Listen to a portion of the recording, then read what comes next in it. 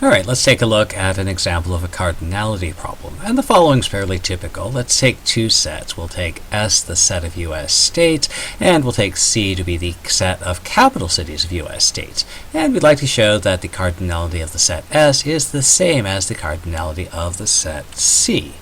Now, let's pull up that definition of equality of cardinality, and remember that what this requires is that we can identify every element of S with a unique element of the set C, and we can also do the same thing in the other direction, that every element of the set C can be identified with a unique element in the set S.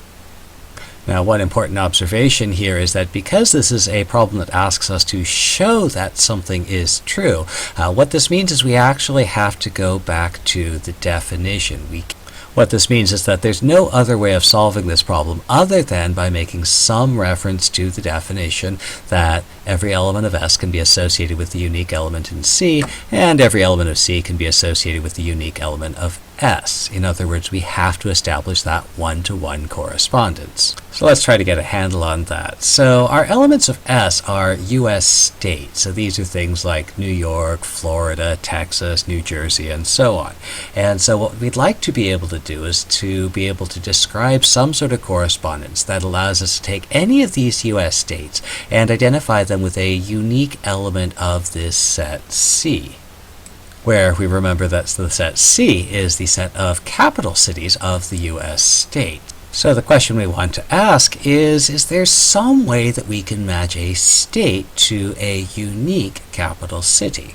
So for example, if I were to take the state New York, is there a unique capital city that I can match it to?